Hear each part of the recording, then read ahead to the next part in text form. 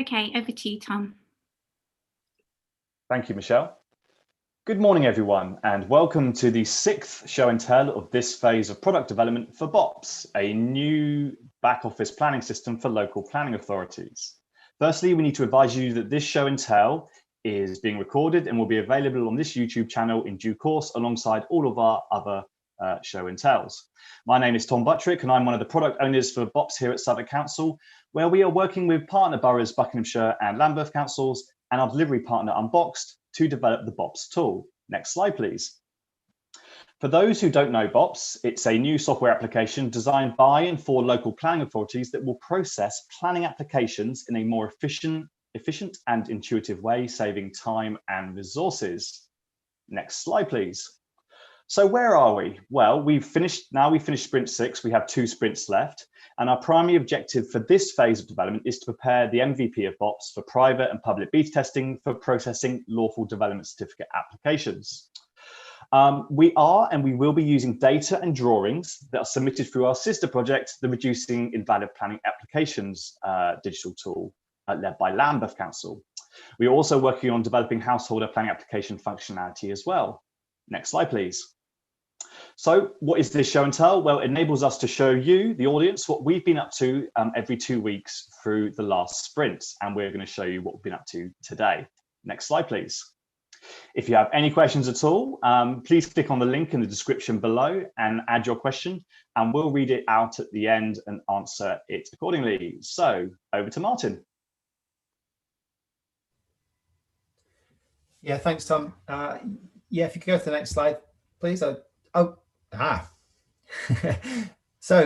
we have a new member of the team, Peter, who I'm going to invite to introduce himself. Thanks. So I've just joined Southwark Council as a digital transformation officer.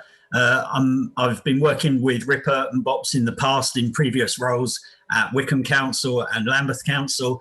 And by trade, I'm a digital transformation and change manager. So really happy to be joining the Southwark team and back on these projects.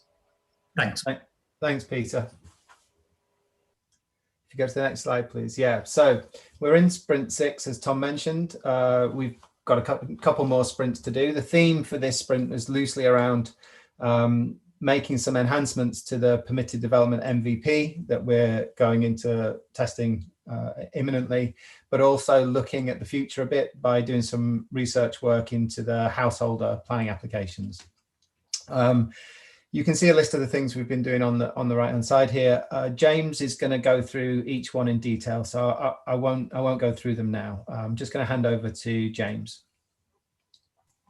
Hello, yes, so I'm James, tech lead on the project. I'm going to go through and describe some of the changes that have happened on the development side of things first, and then we'll go through a quite extensive end-to-end demo at the end. So first bit of chunk of work that we've been working on is integrating more and more with Ripper. So Ripper, the Reducing Invalid Planning Applications project, is continuing to work on a working end-to-end solution for submitting the applications to us.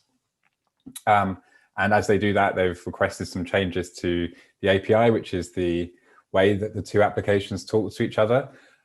So we've been making tweaks along those lines, as well as figuring out how we display that data that Ripper is sending us.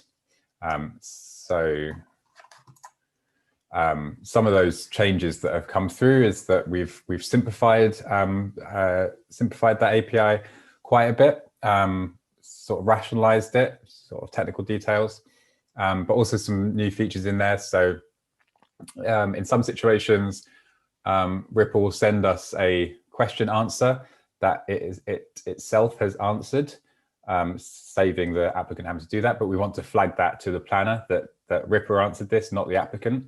So we now support that. We support Ripper sending us the policy reference, the legislation that it thinks that question relates to. And so we'll show that as well as support for additional notes. They may say yes or no to an answer, but they may be able to add more information along the way. And next we have activity logs. So I'm going to pass over to Melissa, who's been leading the development on that. Thanks, James. So an activity log or an audit log, we found this feature would be useful to help with the reporting of data, to help you understand team performance, and to help with seeing the history behind the assessment of an application. You can see the design is here on the right, and we went through a couple of different iterations. It required understanding what would be the better design to facilitate this process, as well as then understanding what actions we wanted to be audited at every step of the way. So this should also make it easier to respond to appeals, because you get a history of the reasoning behind each of the decisions that were made. And also, like I already said, to facilitate the reporting of data in the long term. Over to the next slide. And to Rian. So one of the other things we did based on our user research was, after finding out that it would be really useful for the planners at assessment stage to be able to see the location straight away, we've included a map link within the application information that will open in a new tab and take you directly to the location of the property. Next slide, please. And along with that, we've added some other iterative improvements based on research. For example, with the move towards more universal use of UPRNs, we now display that on the application page. We've improved the behaviour of the way the different accordions expand and close on the application page to make it easier for people to view the information within.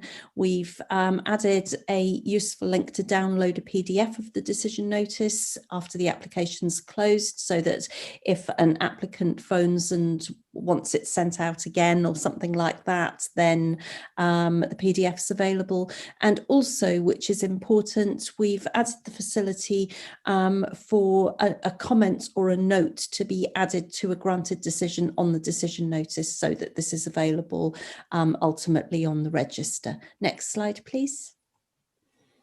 Over to James. Yep, so back to me. So I thought the best thing to demo where we are at the moment is to do a complete end-to-end of showing where Ripper is and where BoPS is and how they interact. So I'm now going to pass over to Emily from Lambeth to show the Ripper side of things. So if I stop sharing my screen and introduce Emily.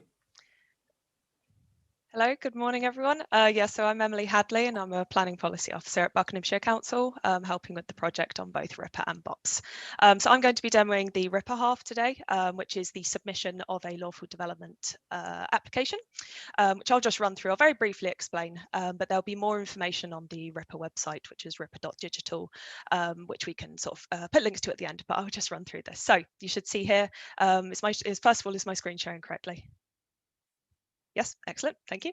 This is the introduction screen, so I'm going to enter the property. I'm going to submit this hypothetical lawful development certificate application 2, which is going to be 50 Spencer Road. So I'm using the Lambeth instance of the lawful development certificate service, so this will be a Lambeth address.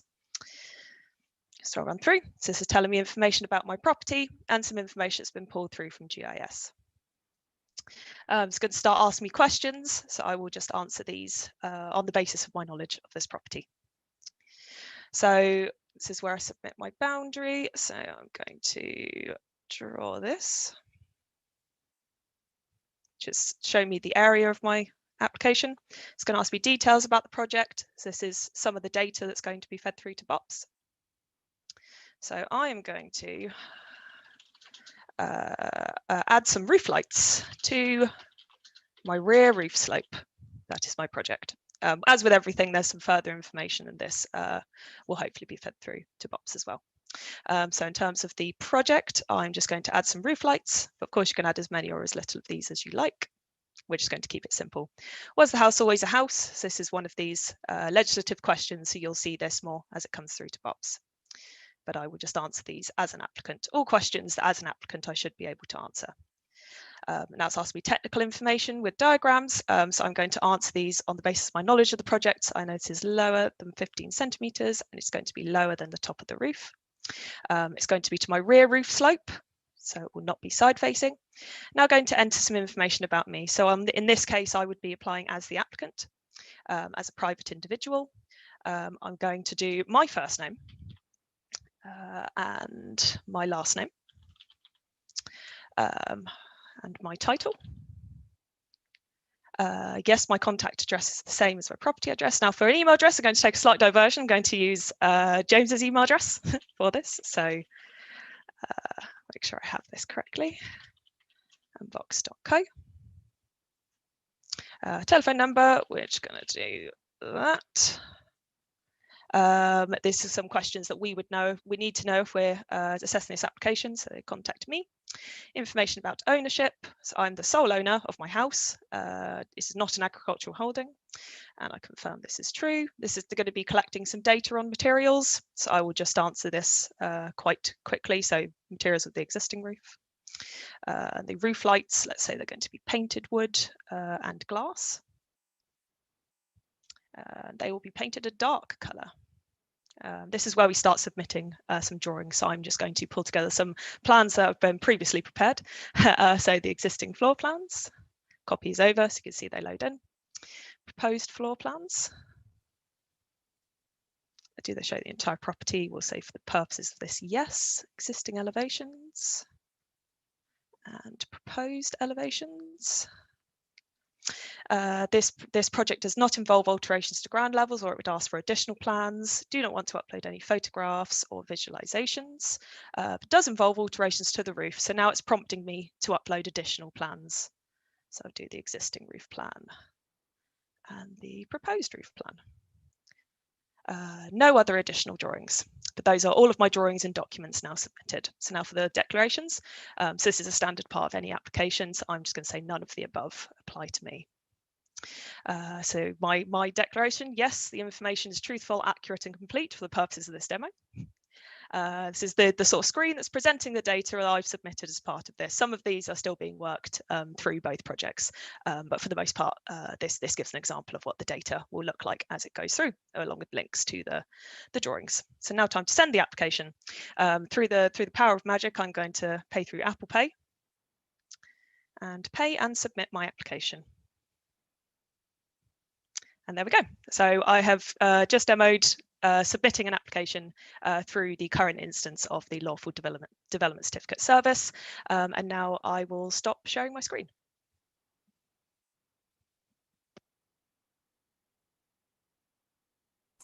Hello. Oh, hang on. There we go. So let me escape that. So if now we're switching from the applicant to the planner. So I will be the planner. And if I search for 50 Spencer Road, you can see that that application, which we just saw being made, has been created in BoPS. So if I click through here, you can see that we've got the address. We've had the UPRN added. You can see some of the payment reference that came through, the GovUK pay reference that came through here. The contact information came through here. The documents came through here, so you can see those documents. I can view them all here. And then under the proposal details is all of the questions that questions and answers that Ripper has sent us. So you can see in here that are there any protected trees on the property? So this has been auto-answered by Ripper. So this is something that Ripper has answered. So the planner can know that that's how that's come about. And you can also see that where Ripper was saying that it related to some legislation, it will mention it, link through to the URL for that legislation if they want to read more about it. And I think that's everything to do with the, you can see that it's noted that the conservation area, that the property was in a conservation area, and that's also been linked through. So all of that all of the features of Ripper are now beginning to appear in BoPS. Also quickly, I can show you that we now have a map link. So if I click that map link, it will immediately take me to 50 Spencer Road, new window. So that is good. I think that pretty much shows all the integration from Ripper. I will also show the audit log whilst I'm here. So you can see that if we very quickly go through and I pretend that I'm a planner, I'm going to validate them. I'm going to assess the proposal.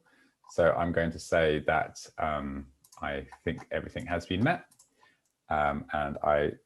This is something that will appear. So this meets all requirements. Obviously, there would be a much better notice here that would appear there, but this is what will show on the decision notice. I also would like to explain to my manager of why I came to that decision. This is a private notice, so done all the things I'm meant to do. Again, I'm sure there's more technical information that can be there.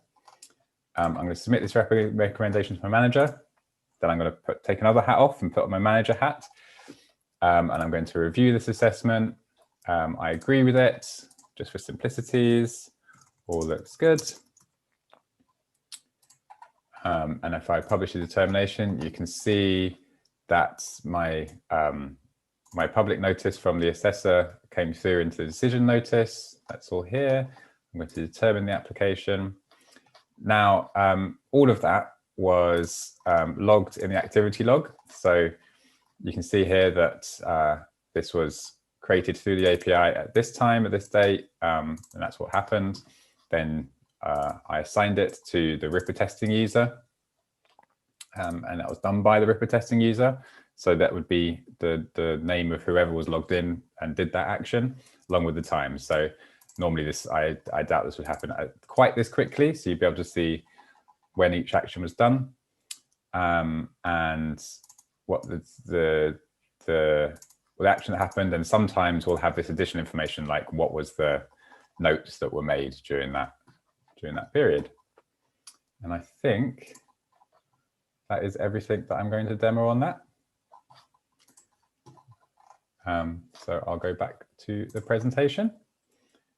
So that's the end-to-end thing. Whilst we've been developing all of that, there's been some meetings going on in the background about things to explore in the future. We call them spikes. So they're sort of undefined bits of work, more explorations. I've been looking at ways of accessing the planning history for a property, because I know that's a feature that's been requested a lot, being able to very easily see, well, there is at the moment, people will have to access the public register. I'd like to, similar to how we've done with the map links, be able to just create a quick link through there, but that requires me integrating and figuring out how Uniform does that. So I've been exploring that. Also been exploring the Hackney Submit My Planning Application service as a possible other input source, and also just doing all of the admin work of making sure that we can integrate with existing systems as needed. That ends the technical part of everything. I'm now going to pass over to Ali. Thanks, James. So I'm the designer and researcher on the project. So during this sprint, we've been synthesizing the findings from the user testing we did in the previous sprints. I'm going to kind of show you a few of the kind of insights that came out of the synthesis and that testing. So next slide, please. So the first insight was kind of around the planning officer's journey through the system. So that is the first step of validation. So as we know, each council kind of approaches validation slightly differently. Some councils have a separate team that validate an application, and within other councils, the planning officer might validate an application and then assess it. Kind of keeping that in mind, each kind of tester kind of approached this step slightly differently. Some thought that they were just kind of double checking what a validation team had already done. And others were kind of saying, oh, if I was validating application, I would have the validation checklist open next to me, so I knew that I hadn't missed anything.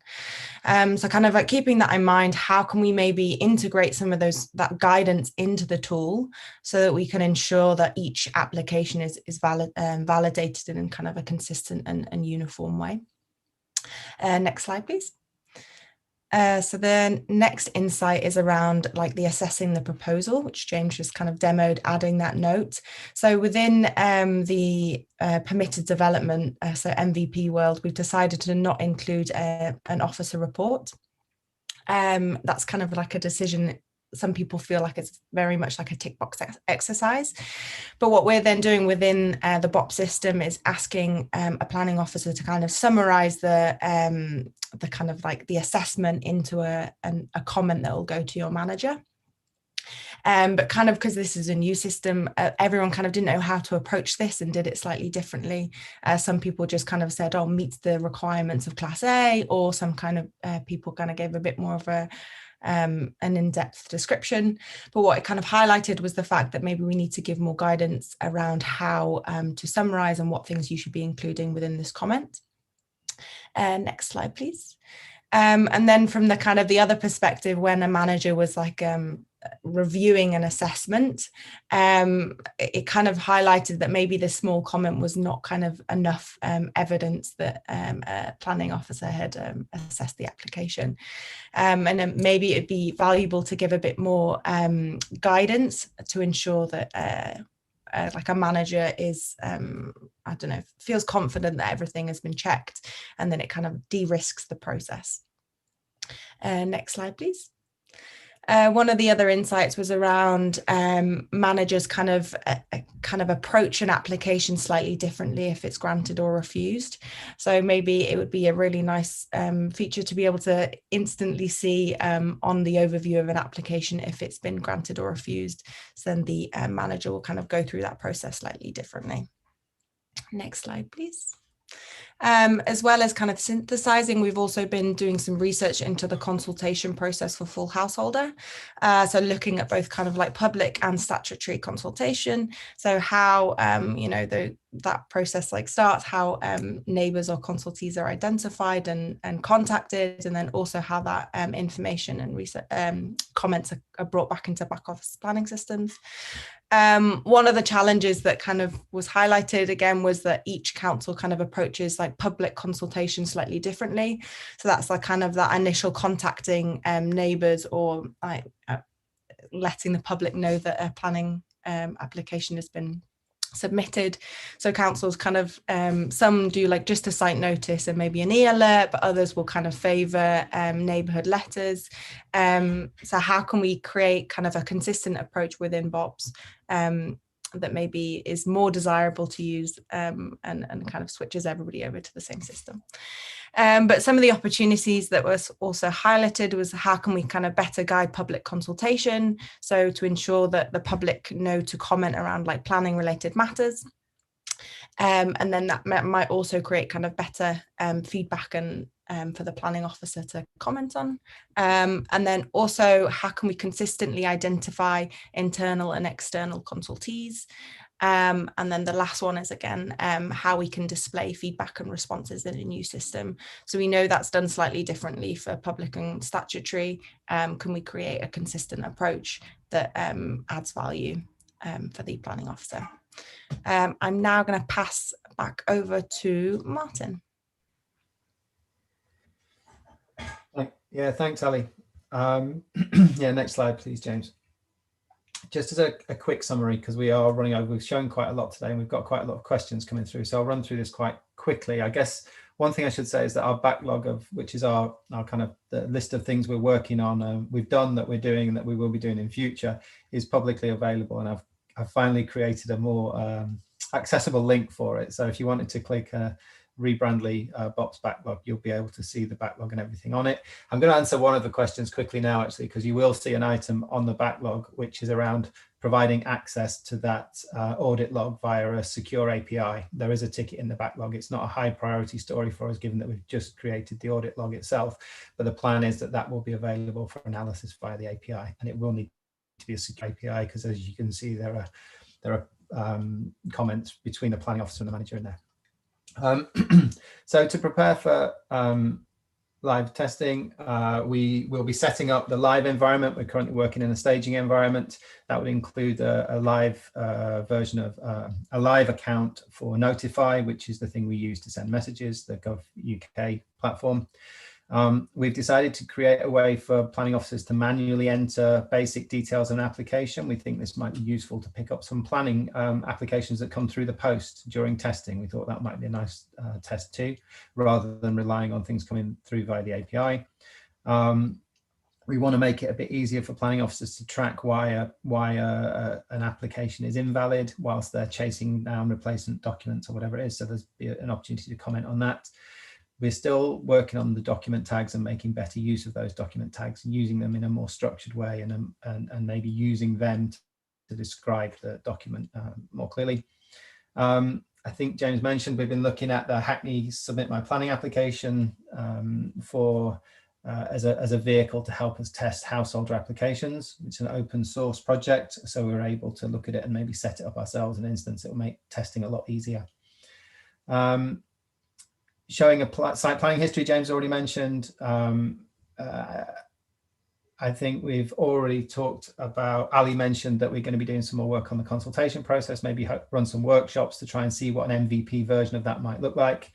We're also working on the policies, the data protection stuff, the legal agreements to just run this thing in a live environment for a while for the testing. And we've got a pretty comprehensive list of scenarios between Ripper and BoPS for testing these applications. I think that's about it for us. I'll hand over to Tom just to wrap things up and answer some of these questions.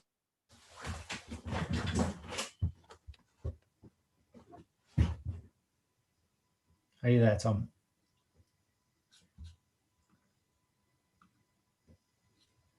Tom's on mute. Apologies. Thank you, Martin. Sorry.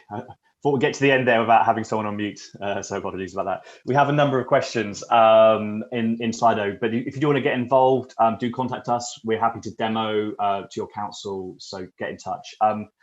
So there was a link in the description. There's the link on screen now. If you have any questions, do drop them in now. We've got, looking at the list, we have 9 questions already, so we're going to try and shoot through those super quickly, but we can answer them at a later stage as well, even the next show and tell or by email, etc.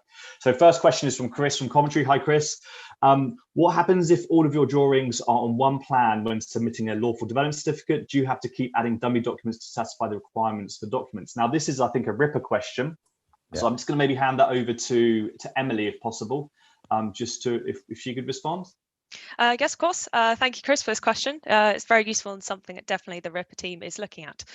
So the direction of the tool at the moment, first of all, I'm not speaking on behalf of the whole project team. I would really recommend, if you have any other questions, to go to the website ripper.digital or email digitalplanning, one word, at lambeth.gov.uk. But as an initial answer, the tool is going to promote trying to submit plans individually where possible. This helps sort of the movement of data and kind of identifying relevant plans sooner.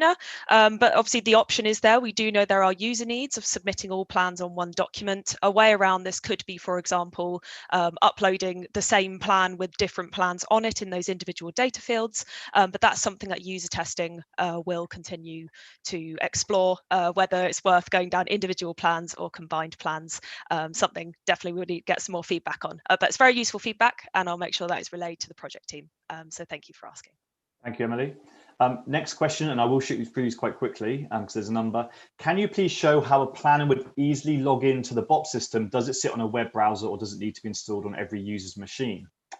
Now, I don't think we can demo maybe at the next show and tell, but in terms of actually how it is accessed, it is a web service, and there will be a standard login for the planning officer to log on to their council's version of BoPS. I think is that anything else, Martin, to add to that?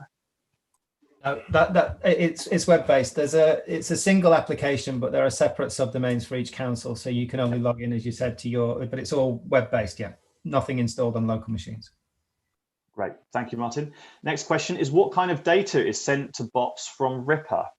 Now, I'm going to give the kind of non-technical answer, which is obviously the data that the application data, which is the text data that's received. Entered by the applicant into BoPS, and also the PDFs that are then uploaded, the drawings, and that they get pushed across as well. James, I don't know if there's anything else you want to add to that in a technical I can provide a significantly more technical question, which is the API is open, so you can see everything that we've currently got going between. So you can see here we've got application type, the site information, payment reference, ward, proposal details, all of the questions here. And then the doc files are sent this way and any constraints that way. And this is an open API that Ripper can use, anyone else can use. This is how applications are submitted into BoPS. Does that answer the question? I think that's a good go. Thank you, James. Maybe I can just keep you there for the next question as well, sure. Which is, can you view the audit log via a secure API? So theoretically, yes, as Martin mentioned previously, it just needs to be prioritized. There's no technical reason why it can't be. We just need to do the user research of what that would need to do and how, and what needs to be secured, what needs to not be secured. But there's no blocker for that being developed when it needs to be developed. That's great. Thank you, James. I'll move on. How does the tool link with our digital online planning policies map, i.e. planning designations and boundaries? And can the polygons go directly into our map system? Martin, do you want to start with that one? Yep. I don't really understand the question. I think what it's alluding to is things like GIS integrating with council GIS systems. Is that yeah, right, you reckon, Tom? My take is obviously we have a polygon, a red line plan, for example, coming through, and then does BoPS recognize, for example, the data sets that relates to? Now Ripper does in terms of identifying, for example, conservation areas and stuff, but that where BoPS is presently is that it's taking data from Ripper itself at this stage in terms of any kind of planning designations.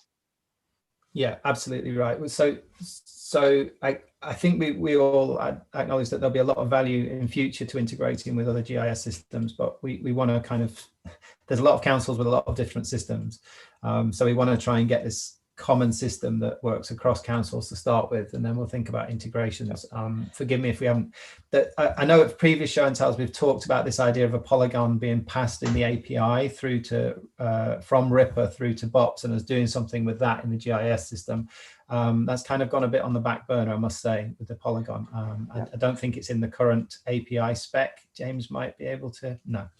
I think, sorry, Martin, if I may just add there, I think it's something that we will look at an appropriate time, because I think actually that polygon could be used for other purposes, definitely, in terms of, for example, publishing planning application data to a council web map or similar, rather than just a bullet, like a point of data. So that, I think that definitely something we can look at moving forward. I'll jump on to the next questions. A series from Rich in Camden. Hi, Rich. Hope you're well. It says, Ripper gives a description of why is PD, so that data coming through from Ripper. Isn't the comment box for officers in BoPS a duplication? Could it use the Ripper comment and give officer a chance to comment on that? I can pick that one up. So so what we've learned from working with planning officers is that there's a big kind of a big leap, I think, before planning officers are ready to accept any kind of recommendation or decision from Ripper. I think it might well be worthwhile at the moment showing that in some way. So I think your suggestion is a good one, Rich, to show and make that available to the planning officers and give them the opportunity to kind of edit it or agree with it or disagree with it. That's certainly something we could look at. And I think Ali mentioned we're definitely going to be looking at how we can provide more structure.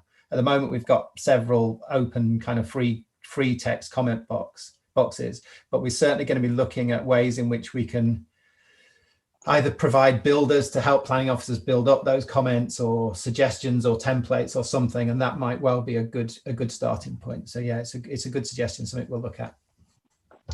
Great, thanks, Martin. Next is just a comment from Rich again. Brilliant seeing the integration with Ripper, really exciting. The Google Map link is a simple addition and a great idea. So thank you, team, for developing that. Next question is, can you clarify where the where the element is in the system that checks the information against the submission to start off automate the response for the officer. Just going to try and unpick that question, but thank you for the question.